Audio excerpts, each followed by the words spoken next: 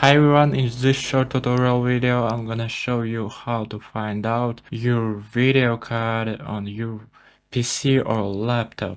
So let me show you three methods. So first method, you can tap on Windows button and R, and then you can see this new window, this new run window, and here you should type in dxdiag, and after that tap on OK button. So wait a couple of seconds, and as you can see, here's my system, and I can tap on display at very top, and then you can see my video card, name of my video card, chip of my name, and VRAM of my video card.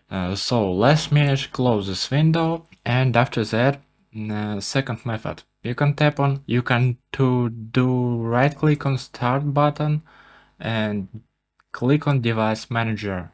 After that, find here display adapters, tap on this arrow, and here's it. You can see here's details, drivers about your video card.